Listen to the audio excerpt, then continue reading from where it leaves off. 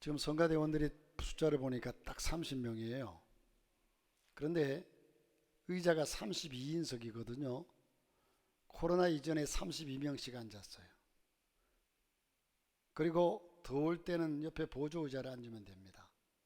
성가대원들 어제 했던 분들은요, 함께 참여하셔서 성가대를 제대로 이젠 우리가 기왕 할 것 같으면 제대로 함께 찬양하고 예배했으면 좋겠습니다. 우리 어제 팔은 안으로 굽는 법이죠.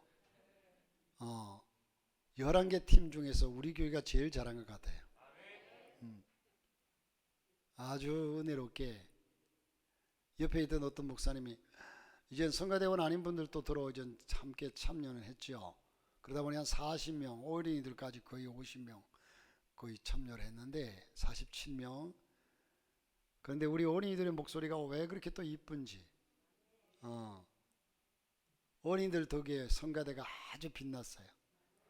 참 너무너무 은혜롭고 좋았는데요. 어제 참 수고들 많이 했어요. 하나님께서 다 일일이 아시고 기억하실 줄로 믿습니다.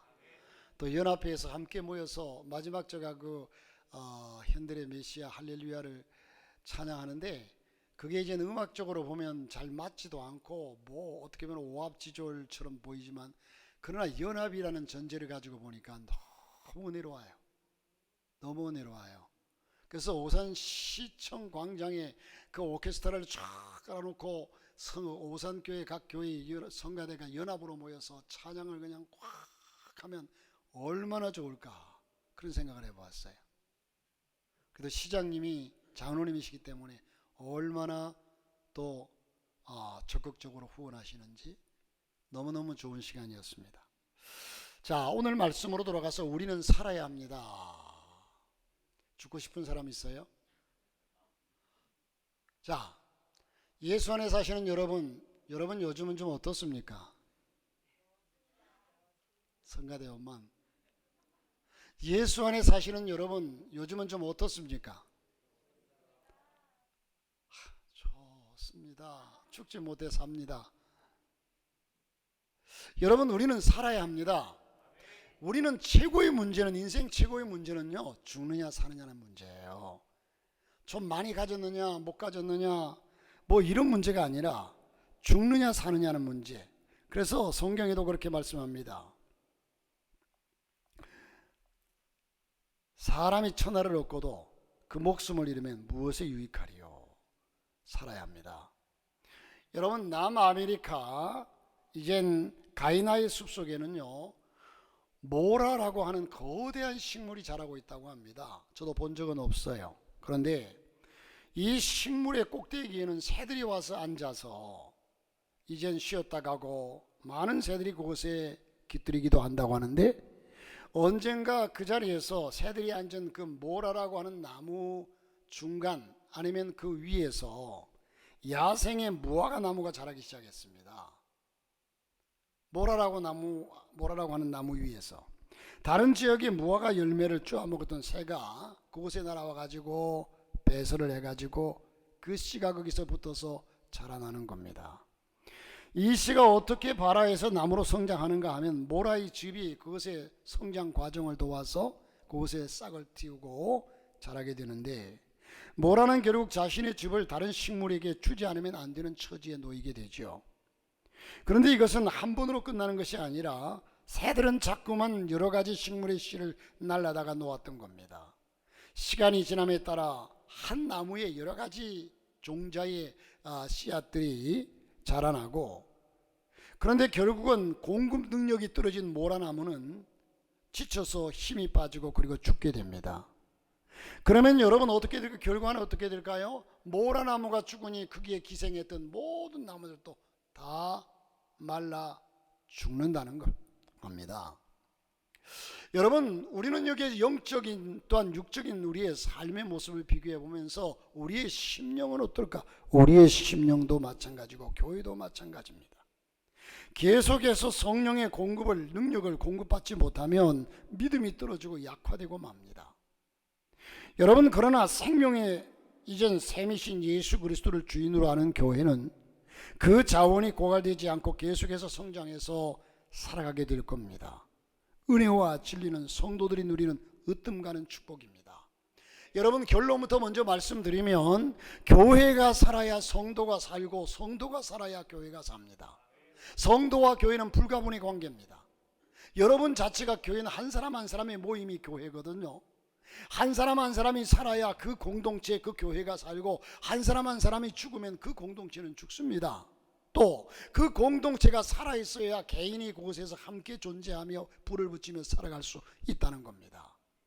자, 여러분, 오늘날 우리에게 있어서 가장 필요한 것은 성도들의 참된 헌신과 진정한 부흥입니다. 부흥.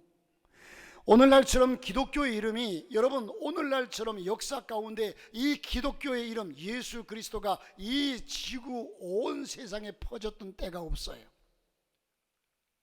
지금이 그리스도의 이름이 세계 만방에 제일로 많이 퍼져 있는 때입니다. 자, 그럼에도 왜 교회가 부흥하지 못할까요? 영국 교회가 쇠퇴해가고 이젠 쇠퇴했고, 미국 교회가 쇠퇴해가고, 이 대한민국의 교회가 왜 쇠퇴해갈까요? 예수 아는 사람들이 많고 예수가 많이 세상에 증거되었으면 교회가 더 활성화되고 더 복음화되고 더 잘 돼야 마땅한데, 이 시간 주님께서 아시아에 있는 7교회들에게 편지할 때 4대 교회 하신 말씀이 이렇게 말씀하셨습니다. 계시록 3장 1절에 보니까 4대 교회의 사자에게 편지하기를, 하나님의 7영과 7뼈를 가진 이가 가라사대 내가 네 행위를 아노니 네가 살았다는 이름은 가졌으나 죽은 자로다. 오늘 이 시대는 그 어느 때보다도 영적인 각성이 필요한 때입니다. 라저밥슨이라고 하는 언론인은요, 국민들의 소원을 변화시키는 진정한 영적 부흥만이 인류를 구원할 것이다. 섬기고자 하는 소원으로 가득 차야 하며, 안전보다는 힘을 구해야 하고 유익보다는 인격을 앞세워야 할 것이다. 자, 오늘 이 시대의 비극이 뭡니까? 인격보다 자신의 유익과 내 인격이야 짓밟히든 다른 사람들이 나를 어떻게 평가하든 상관없이 이익을 앞세우는, 자기 이익을 앞세우는 이들이 많기 때문입니다. 우리가 사는 길은 나를 통해서 역사하시는 하나님의 능력을 체험해야 합니다. 하나님을 만나야 합니다. 지난 금요일도 말씀드렸으면 예수 그 이름을 만날 때 사는 역사가 있습니다. 그분을 만나야 합니다. 역사를 주도하시는 하나님, 그 가운데 섭리하시는 하나님께서 저와 여러분들을 들어 쓰시고자 하시는데, 우리가 참된 영적 부흥을 경험하지 못하고 영적인 각성을 하지 않는다면 희망이 없습니다. 지금 우리 모두에게 필요하고 가장 중요한 것은 영적인 각성이요 부흥입니다. 부흥입니다. 개인의 부흥, 교회의 부흥. 여러분, 생명이라는 존재는요, 식물이든 뭐든 간에 살아있는 생명체라는 존재는 정체하면 죽습니다. 계속해서 자라야 합니다. 고목나무도 여러분 그렇게 큰 나무들도요 계속 잎사귀가 자라가는 것이지 크다고 해가지고 정체해 있지 않습니다. 물도 흐르다가 정체하면 썩습니다. 생명체는 언제나 계속해서 살아 움직이고 이젠 성장해야지, 성장 아니하고 정체는 죽는 겁니다. 자전거를 타다가 자전거가 중간에 서서, 여러분 어떤 기교를 잘 부르는 사람은 가만 섰어도 그냥 유지하는 사람들도, 그러나 그것은 잠시 잠깐이에요. 계속해서 힘을 주어서 자전거가 앞으로 전진할 때에 이젠 자전거가 세워져 있을 수 있고 바로 설 수 있는 것이지 정체하면 죽습니다. 그러므로 여러분, 저와 여러분의 신앙이 이만하면 됐다 하고서, 여러분 생명체는 우리가 밥을, 고기를 너무 맛있게 먹고 배가 부르도록 먹었어요. 그러면 그게 여러분 한 달을 갑니까? 두 달을 갑니까? 다음날 되면요. 어제 저녁에 제가 이제 장로님하고 우리 이재영 선생님하고 셋이서 성가대원들 전부 이제 연습하러 일찍 또 문화회관 가고 현수막 달고 뭐 밖에 잡다한 일들을 셋이서 열심히 그냥 하다 보니까 배가 너무 고파요. 그래서 이제 교회에서 짜장면을 시켰어요. 짜장면, 잡채밥, 우동. 나는 우동을 먹었어요. 근데 우동이 소화가 잘 됩니다. 우동을 먹었는데, 먹고서 이제 바로 조금 있다가 이제 우리도 그 문화회관에 갔거든요. 앉아서 거기서 한 2-3시간 있었죠. 있는데 나중은 배에서 꼬르륵 꼬르륵 소리가 나면서 왜 그렇게 배가 고픈지. 또 교회 와서 또 할 일이 있었거든요. 주보해야 되고 뭐 사무실에 다 하는데 제가 혼자 들어갈 수가 없어서 또 교회 오신 분들이 주보하고 또 주일학교 뭐 준비하고 하는데, 그래서 교회에서 어제 저녁에도 통닭을 사줬어요. 요즘 청년들과 학생들이 이뻐서 하는 일이 너무 이뻐서 때때로 목사님 간식 좀 사주세요. 그래, 교회 카드로 사 먹어. 일하는 자에게, 일하는 소에게 뭘 씌우지 말아라? 멍에를 씌우지 말아라. 교회에서 일할 때 열심히 나와서 일하면 밥도 사주고. 할렐루야. 자, 어쨌든 한 끼 잘 먹었다고 해가지고 여러분 열흘을 가지 않아요. 살아있는 사람은요, 먹으면 금방 소화되고 이게 또 먹고 싶어요. 그래서 먹어줘야 돼요. 자, 여러분, 부흥이란 뭐냐 그러면, 부흥이란 말은 한 번 쇠퇴한 것이 다시 성하여, 한 번 시들어가던 것이 다시 성하여 일어나는 것이다. 여러분, 식물이 화분에서 시들시들해요. 물을 며칠 안 줬어.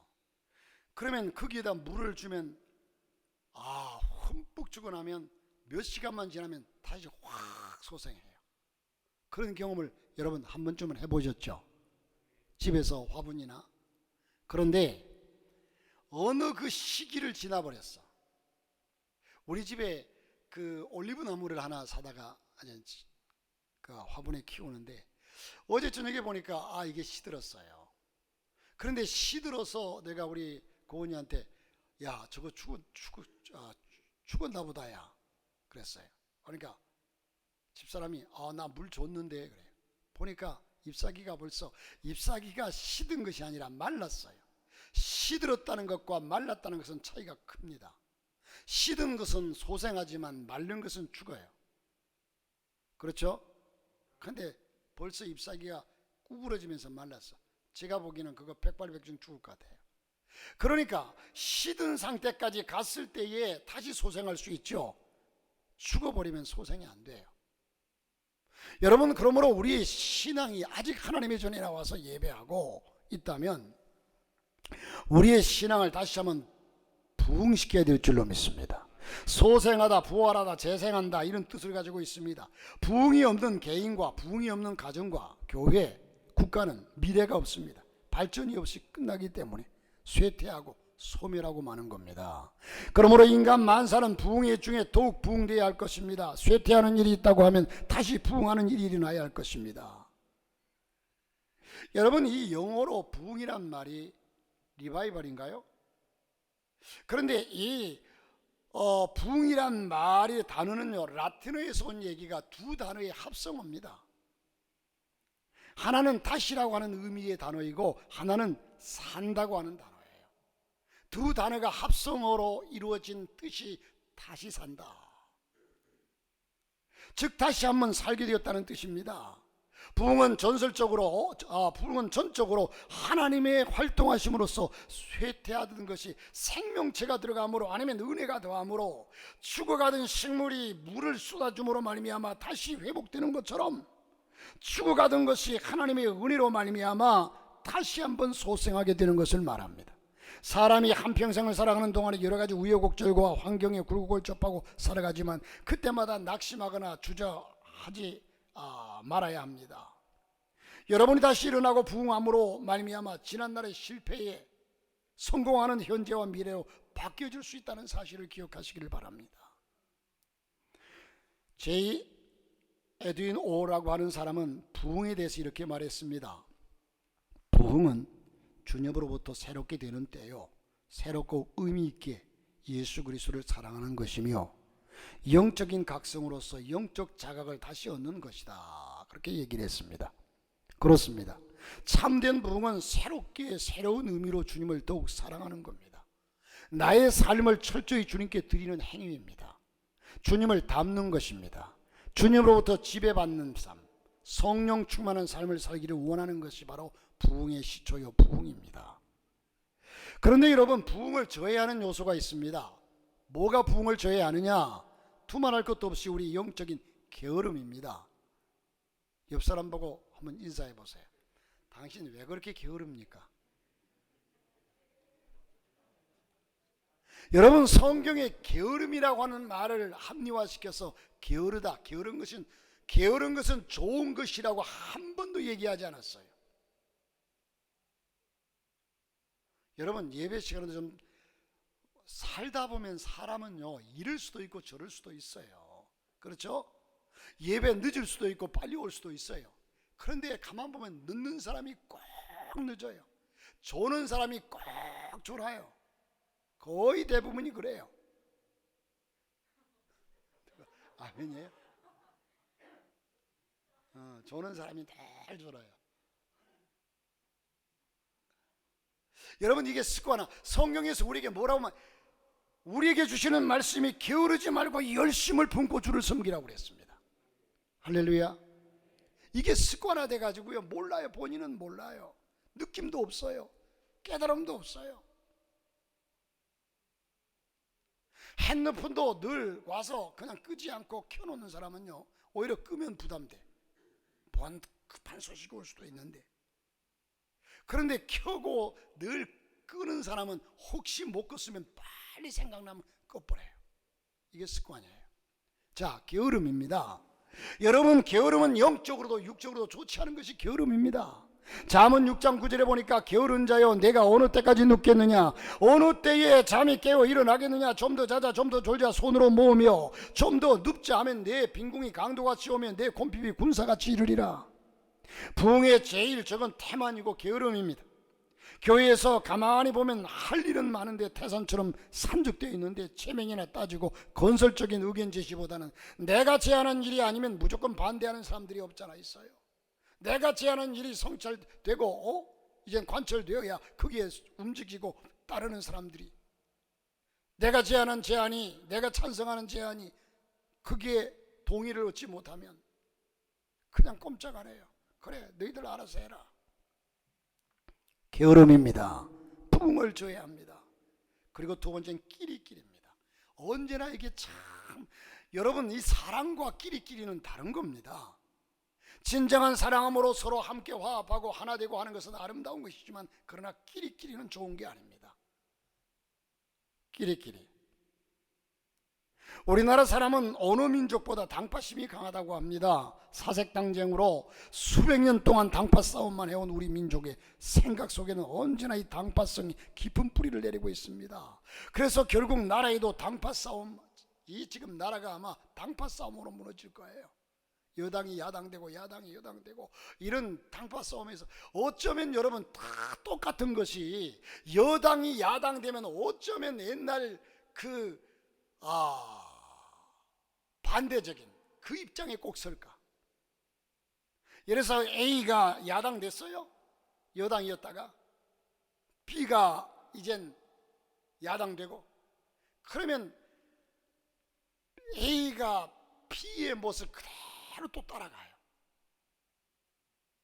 여당 때 안 그럴 줄 알았는데 야당 되니까, 야당 때 안 그럴 줄 알았는데 여당 되니까 어쩌면 똑같이 말 그대로 흔히 종교에서 나온 내로남불.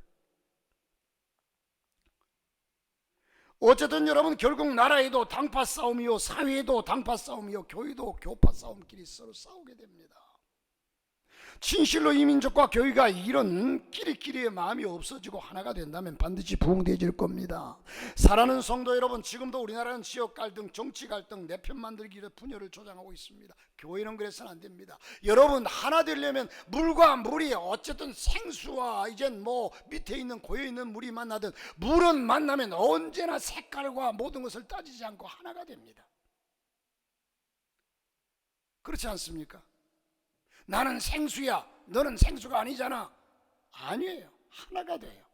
생수가 있는 기존 물 속에 섞이고 기존 물이 생수 속에 섞여서 하나가 됩니다. 하나의 미랄이 땅에 떨어져 썩지 아니면 하나 그대로 죽으면 많은 열매를 맺느니라.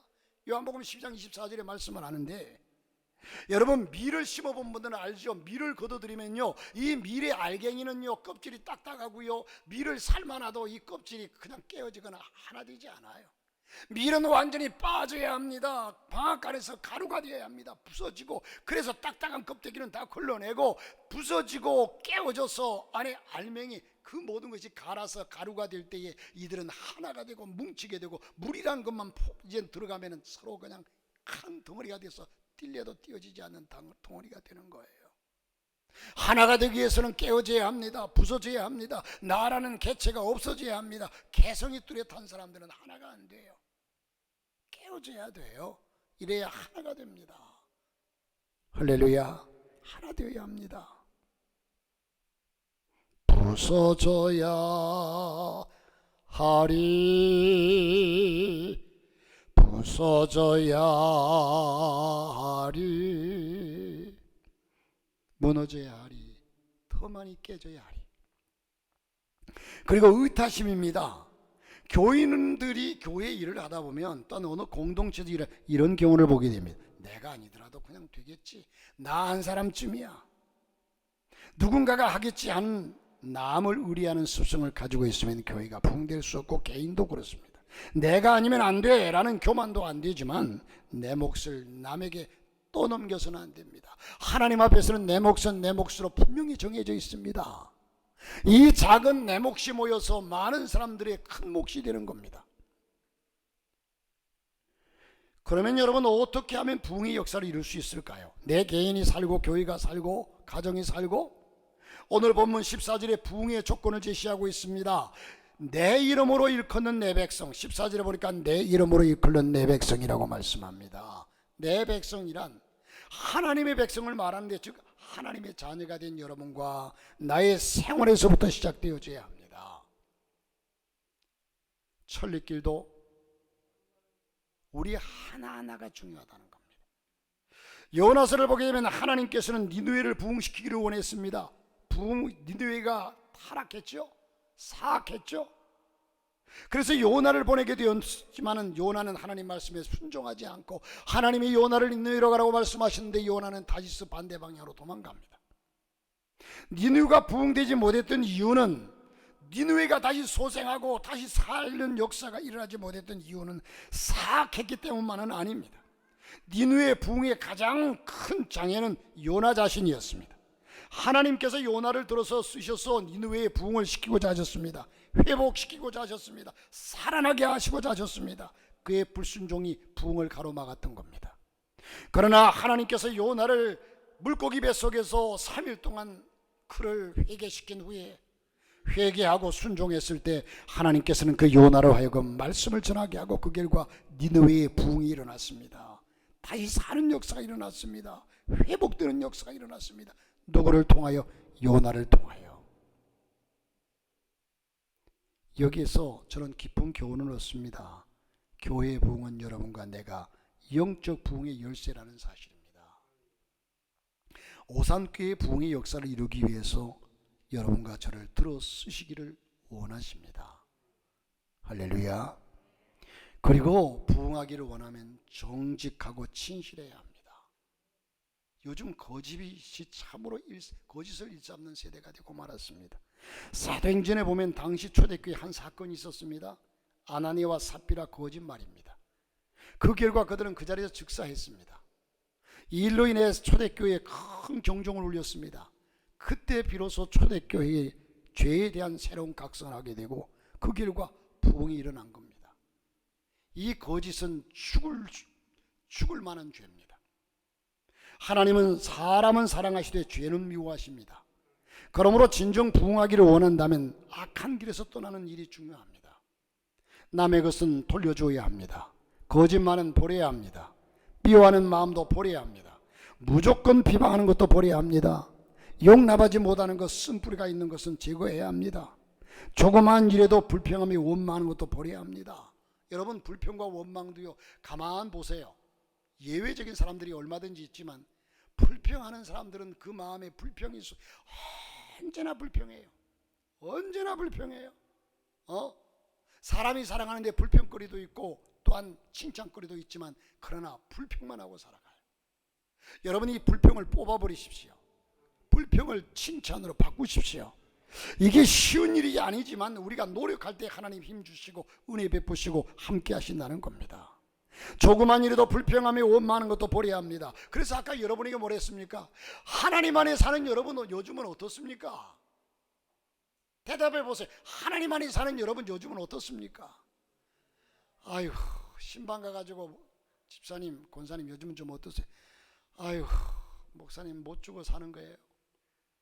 왜 그렇게 요즘 이런 직장은 또 사업은 안 되는지 너무 힘들어요. 여러분, 가나안 땅에 들어갔던 여호수아와 칼렙을 보십시오. 10명의 정탐꾼은 그 가나안 땅을 뭐라고 그랬습니까? 이것은 우리가 들어갈 땅이 아니라는 겁니다. 현실이 그랬어요. 맞는 얘기예요. 그 얘기가 틀린 얘기가 아니에요. 오히려 여러분, 여호수아와 칼렙이 지금 잘못 얘기하는 거예요. 정말로 현실이 그 백성들과 모든 것을 물리쳐 우리가 거기에 들어가기는 역부족입니다. 그들은 이젠 큰 고목나무를 우리는 그들의 등에 붙은 메뚜기에 불과하다고 그랬어요. 그러나 여러분, 여호수아와 갈렙이 뭐라고 얘기했습니까? 아니다, 저들은 우리의 밥이다. 왜? 현실이 실제로 그러한데 여호수아와 갈렙은 뭘 근거로 그런 얘기를 했을까요? 하나님의 말씀을 근거로 그런 얘기를 했어요. 지금 현실은 그렇지만 하나님께서는 우리에게 분명히 말씀하셨다. 그러므로 저와 여러분이 현실이 어떠하든 간에 현실을 믿지 말고 현실보다도 살아계신 하나님의 말씀과 하나님을 믿으시기를 주의 이름으로 축복합니다. 하나님은 살아계십니다. 예수 이름 그 속에 능력이 있고 보화가 있고 예수 그 자체가 우리의 생명입니다. 이런 것들을 버리지 않으면 먼저 자신의 기쁨이 없습니다. 그리고 결과적으로 참된 부흥을 맛볼 수가 없습니다.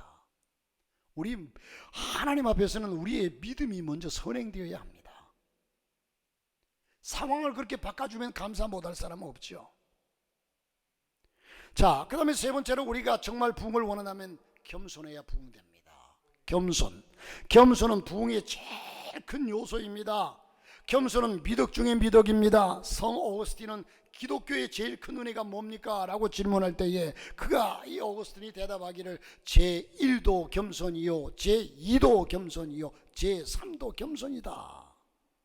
잠언서 18장 12절에 보니까 겸손의 반대는 교만인데 교만은 패망의 선봉이라고 그랬습니다. 멸망의 시초라고 했습니다.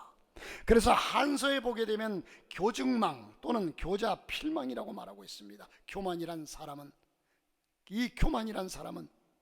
죽이는 것이라는 말입니다. 그러므로 우리의 신앙생활이 교만하면 안 됩니다.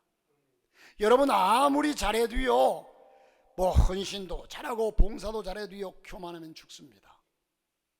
교만은 우리 영적인 독약입니다. 옛날 상전의 딸이 시집을 갑니다. 근데 하인이 함께 따라갑니다. 물을 건너다가 중도에서 그냥 그 아씨가 물에 빠져 허우적거립니다. 그 생명을 건지기 위해서 아무 생각 없이 이 하인이 덥석 손을 내밀어 아씨를 구하고자 아씨의 손을 잡았습니다.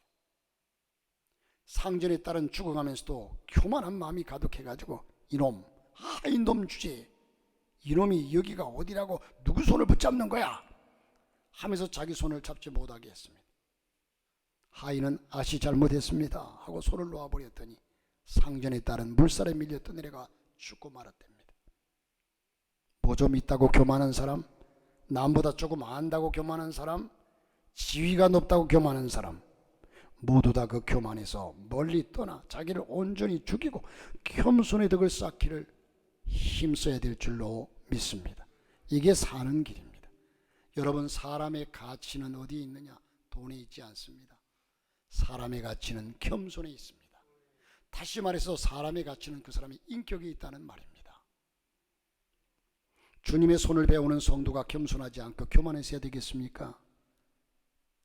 이제는 우리 모두 겸손의 자리에서 섬김의 도를 다해야 할 것입니다. 그래야 개인도 살고 가정도 살고 교회도 살고 나라와 민족도 살게 될 것입니다.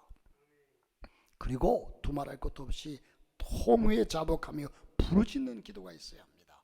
성경의 묵상 기도도 필요하고 모든 게 필요하지만 그러나 성경의 기도에 대해서 말씀하실 때는 언제나 부르짖으라고 말씀합니다. 부르짖어라, 부르짖어라, 부르짖어라. 지금 캐나다에 가서 목회하고 있는 우리 임성현 목사님 동생인 임철현 군이, 제가 이제 그 전사 때 그 친구들을 가르쳤어요.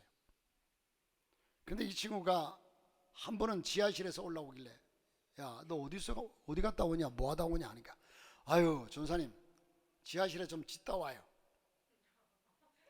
너가 개냐? 짓기는 뭘 지져? 그랬더니 웃으면서 좀 지하실에서 마음껏 좀 부르짖다 오는 거죠. 기도하다 올라온 거예요. 여러분, 하나님 앞에 간절한 사람, 물에 빠져 죽는 사람이 나 여기 물에 빠져 죽을 것 같으니 나 좀 살려주시오 하는 사람이 있어요. 그때는요, 죽을 것 같으면 몸부림을 치는 거예요. 퍼덕퍼덕거리든지 손을 내밀든지 소리는 있는 대로 고함을 질러야 되는 거예요. 그래야 살지 않겠어요? 양반이랍시고 물에 빠져가지고 죽는데 나 여기 물에 빠졌어, 거기 어디 사람 없어 하다 꼬르륵. 우리의 원리입니다. 부르짖어야 돼요. 요즘 현대 그리스도인들은 은혜를 체험하려고 하는데도 세련되게 체험하려고 그러는데 하나님의 은혜는 세련되게 임하지 않아요. 정말로 옛날 우리 선조들처럼요, 부르짖을 때에 아버지 하고 울면서 정말로 그때 그들의 문제는, 사실 우리 문제는요 정말 생사를 오가는 문제가 아니잖아요.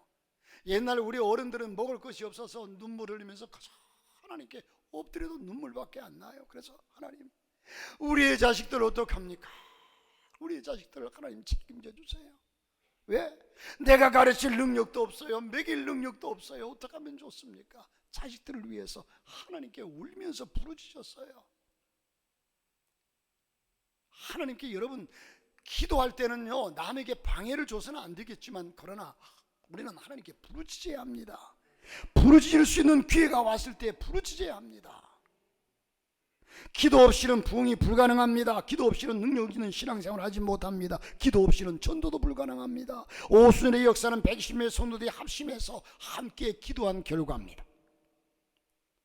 잘못된 모든 원인은 나에게 있음을 고백하고 통에 자복하며 기도해야 합니다. 남을 탓하지 말아야 합니다. 어제 어느 교회를 소개하는데 그 교회는 날마다 새벽마다 기도하고 저녁마다 기도회가 있대요. 새벽마다 기도회가 있고 저녁마다 우리 교회도 기도회가 참 많은 편이라서 우리 장로님은 일주일에 쉬는, 저녁에 쉬는 날이 하루 이틀, 월요일과 화요일과 목요일, 월요일과 목요일인가요? 화요일 날도 아울 기도회, 수요일도 수요 예배, 금요일도 금요 기도회. 그러나 제대로 더 열심히 하는 교회들은요 매일 새벽마다, 매일 저녁마다 기도회가 있어요. 사랑하는 성도 여러분, 여러분은 자신의 영적 상태에 만족합니까? 어떻습니까? 우리가 우리 자신을 알아야 치료를 받든 나 자신을 깨달아야 합니다. 자신이 가지고 있는 것 중에 변화되어야 한다고 생각되는 건 뭡니까? 여러분의 인격적인 문제가 나는 이런 결함이 있다고 생각하는 것이 뭡니까? 없습니까? 온전합니까? 내가 가지고 있는 것 중에 이것만은, 이 성격만은 고쳐야 되겠다고 생각하는 부분이 없습니까? 생활이 변화되기를 위해서 기도하십시오. 지금 부흥을 위해서 기도하지 않겠습니까? 여러분, 기도해야만이 우리가 영적으로 살 수가 있습니다. 나아가서 떨어지다 보면요 점점 메말라 죽고 만다는 사실입니다. 주님, 제가 여기 있습니다. 주님은 토기장이요 저는 진흙입니다. 지금 바로 여러분 자신 안에서 먼저 부흥을 시작하십시오. 저를 변화시켜 주시고 제가 귀한 일에 쓰임받을 수 있게 해달라고, 내가 살고 오산교회 부흥을 가져오는데 한 부분이 되게 해달라고, 한 미랄이 되게 해달라고 기도하십시오. 그리고 하나님의 전을 가까이 해야 합니다. 여러분, 교회와 우리의 신앙은 불가분의 관계입니다. 불가분의 관계란 얘기가 떨어질래야 떨어질 수 없는 관계란 말이죠. 뗄래야 뗄 수 없는 관계, 떨어지면 죽습니다. 나는 포도나무여 너희는 가지니, 이게 교회의 관계입니다. 하나님의 전을 가까이 하는 방법은 모이기를 힘쓰는 일입니다. 부흥을 원한다면 먼저 열심히 모여야 합니다. 이성적인 방법으로 다른 방법, 어떤 방법을 써도 안 됩니다. 교회에 나와서 함께 예배하고 함께 기도해야 내 신앙이 회복됩니다. 그래서 여러분 코로나를 지낸 이 시대에 이 교회들이요 어쨌든 모이는 모임을 회복시켜야 됩니다. 그래야 삽니다. 초대교회 부흥은 모여서 기도하고 모여서 마음을 같이 하고 모였을 때 성령의 불이 떨어짐으로 부흥의 역사가 일어났고, 그 불로 인해서 하루에 3,000명 5,000명이 불로 옮겨 붙고 하나님께로 돌아오는 역사가 있었습니다.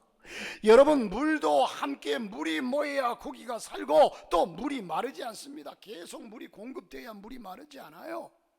한번 여러분 물이 물은요, 세상의 모든 것이 그렇습니다. 물이 호수에 지금 비가와 가득 차 있습니다. 그러면 가만 두면 그 물이 그대로 존재합니까? 땅으로 스며듭니다. 하늘로 증발합니다. 어느 날 지나다 보니까 물이 절반으로 줄었어요. 나중은 바닥이 보여요. 계속해서 물이 공급되어야 그 물이 그곳에 여러분 존재하게 되고요. 물은 모여야 물고기가 살고, 물은 모여야 그 물이 마르지 않습니다. 장작도 모여야 불이 붙습니다. 교회도 모여야 은혜가 있습니다. 모여야 됩니다. 모이기를 피하는 어떤, 이젠 그날이 가까움을 볼수록 모이기를 피하는 어떤 사람들의 습관과 같이 하지 말고 모이기를 힘쓰라. 모여야 합니다. 시간이 있는 대로 여러분 하나님께 나와서 예배 생활하려고 하십시오. 나는 집에서 점잖하게 다 온라인 예배, 이 온라인이 교회를 다 망치고 다 죽이고 있습니다. 성경에 어디 온라인 예배가 있습니까? 그러나 여러분 상황인지라 병상에 누워서는 성경 못 나오니까, 두 다리로 걸어 못 나오니까 예배해야죠. 그런데 지금 현대인들의 온라인 예배가 그렇습니까? 이 온라인 예배는 예배 아니에요.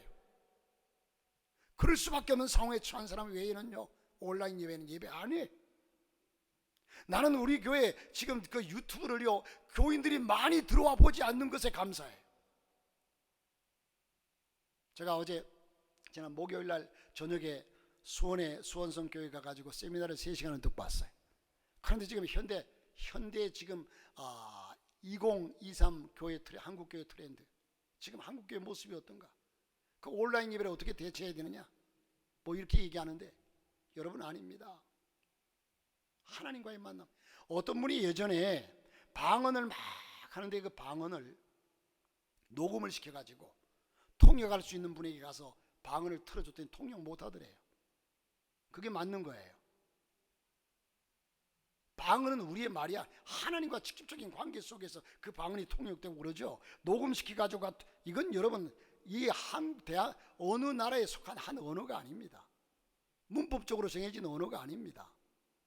하나님과는 직접적인 관계입니다. 그분을 만나는 겁니다.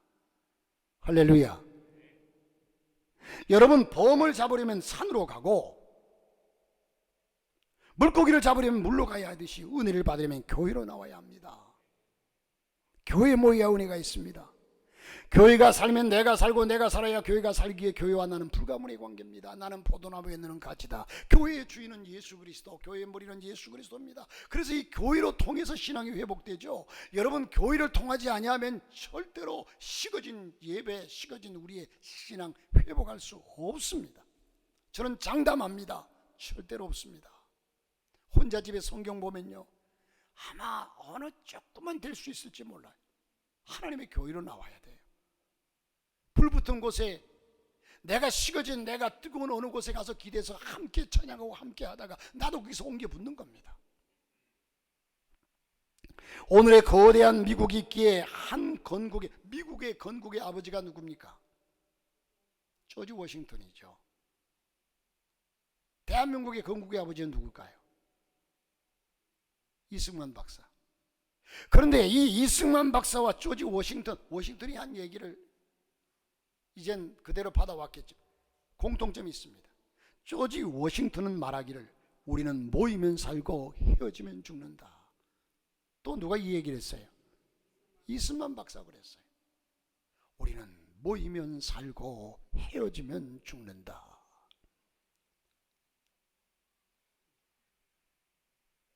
진상만 목사가 그랬어요. 여러분, 그래서 조지 워싱턴이 우리는 모이면 살고 헤어지면 죽는다는 표를 세우고 미합중국이라는 이름을 지었다고 합니다. 우리도 주 안에서 모여야 삽니다. 모여야 교회가 부흥합니다. 한 번, 두 번 모이는 일에 게을리하면 결국 무력증에 빠져 모이지 않아도요, 혼자 사는 줄 알아요. 모두가 죽습니다. 그러므로 어떻게 하든지 모이기를 힘써야 합니다. 모여서 기도하고 말씀 배우고 봉사하고 충성하며 헌신하며 순종해야 합니다. 교회에서 상담하다가 성도들에게 예배 열심히 나오셔야 합니다. 회복해야 합니다. 그러면 회복하는 방법을 나름대로 얘기를 해요. 나는 집에서 기독교 방송 열심히 보고 있어요. 나는 성경 쓰고 있어요. 성경 읽고 있어요. 그것도 도움은 돼요. 그러나 그것까지는 안 돼요. 하나님의 교회로 나와야 합니다. 왜 교회가 갈수록 이 교회의 모임이 식어지니까, 사라지니까 성도들의 신앙이 타락하는 거예요. 교회에 열심히 나와 신앙생활 하는 사람들 치고 신앙이 식어지거나 메마른 사람이 없어요. 그리고 여러분, 하나님 앞에 산다는 의식을 가져야 합니다. 나는 늘 하나님 앞에, 이 말이 코람데오라고 하는 말이죠. 라틴어에서 온 말인데 코람데오라고 하는 말은 하나님 앞에서라는 말입니다. 하나님 앞에서. 주님은 한 번도 나를 버리시지 아니하시고 떠나지 않으셨습니다. 주님은 내 안에 계셔서 나를 도우시고 나에게 힘을 주십니다. 그러기에 나는 언제나 하나님의 존전에 산다는 의식을 가지고 살아야 합니다. 즉 하나님 앞에서 산다는 의식을 가지고 살면 제멋대로 살지 않습니다. 두 마음을 품지 않습니다. 우리 그리스도인은 그리스도와 함께 십자가에 못 박힌 자들입니다. 성경에서 내가 육체와 함께 정욕과 욕심이 십자가에 못 박혔다고 했기 때문에 그렇습니다. 그래서 죄에 대해서 죽은 자요, 세상에 대해서 죽은 자요, 자기 자신에 대해서도 죽은 자라고 말씀합니다. 그러므로 우리는 그를 찾아야 합니다. 주님을 가까이 해야 합니다. 주님을 더욱더 알고자 하는 소원을 가지고 살아야 합니다. 이제 말씀을 마치려 합니다. 여러분, 캐나다 토론토에 있는 피폴스 교회라고 하는 이 교회의 목사인 오제인 스미스 박사라고 하는 분은 자기 교인들에게 선교 사업을 호소하면서 첫 번째 5명의 선교사를 파송할 것을 비롯해 가지고 1954년 11월까지 325명의 선교사를 그 교회의 부담으로 파송하고 그 후에도 계속해서 선교사를 파송하게 하는 위대한 분이십니다. 교회를 크게 부흥한 그는 어떠한 경우에 부흥은 일어나는가? 그가 부흥을 시킨 이유가 참 아이러니하게도요, 이런 분들의 얘기는 신뢰가 가는데 신학교에서 목회학이라고 교회 성장학이라고 가르치는 목사들이, 교수들이 한 번도 목회 안 해본 사람들이에요. 한 번도 목회 안 해봤어요. 연구만 해가지고 가르쳐요. 그러나 법칙과 실제는 다르잖아요. 그런데 이 오제인 스미스 박사는요, 교회 부흥에 대해서 얘기하기를 이렇게 말했습니다. 부흥은 하나님의 사람들이 그 대가를 지불할 때에서야 비로소 일어난다. 여러분, 우리 여기 제한나 선교사님도 와 계시지만 선교사님, 지창현 선교사님과 지창현 선교사님이 일부 예배 오시다 가셨어요. 그런데 두 분이 그 이뤄놓은 역사를 제가 이제 지난번에 쭉 보면서, 제가 이제 오셨다고 그러보니까 시간이 첫날 광고를 못 하다 보니 광고를 못 했는데, 지금 여러 가지 비자 문제나 여러 가지 그 사정이 있어서 한국에 들어와서 아마 좀 잠시 오래 계실 것 같아요. 그런데 두 분이 이루어놓은 역사를 보면 정말 어마어마한 역사를 일어났거든요. 그러면 한편으로는 저분들이 미국에서 누구 백을 믿고 누구 돈을 끌어다가 저렇게 했을까? 아니에요.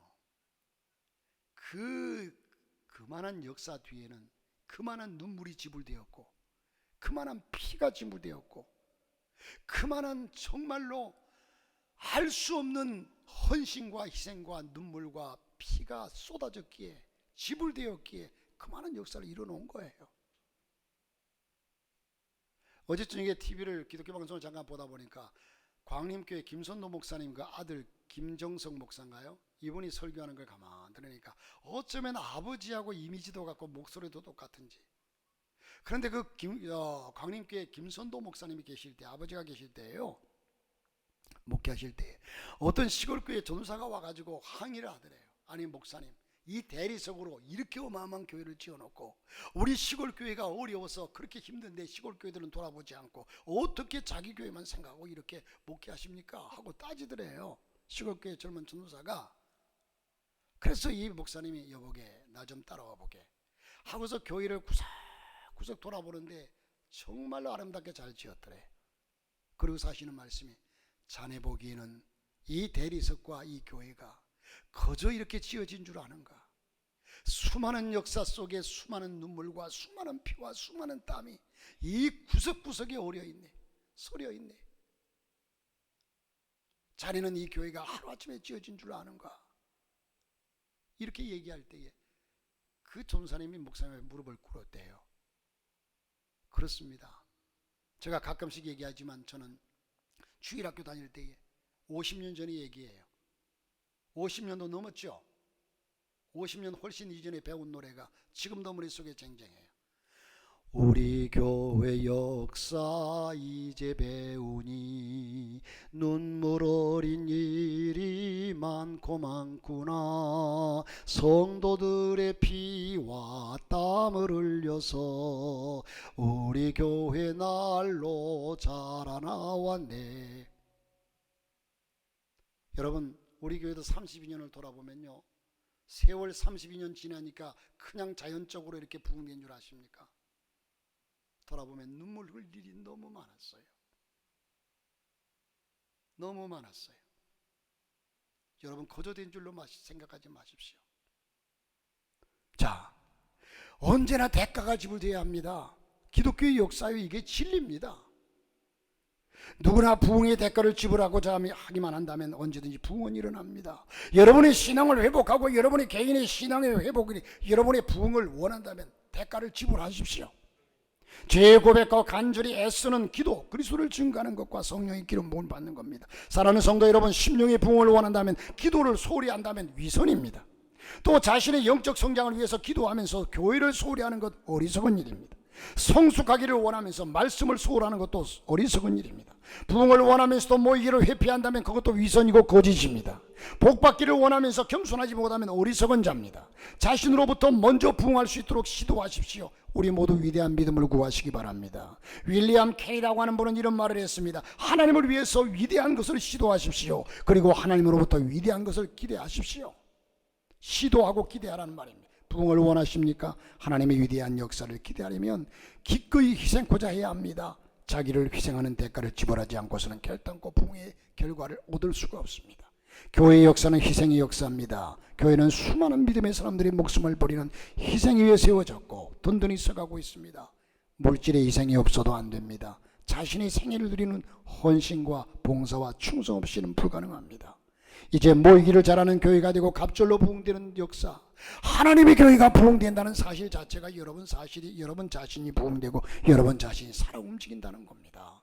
이런 역사가 여러분을 통해서 하나님의 교회가 살아 움직이는 놀라운 역사로 이어갈 수 있기를 주의 이름으로 축복합니다.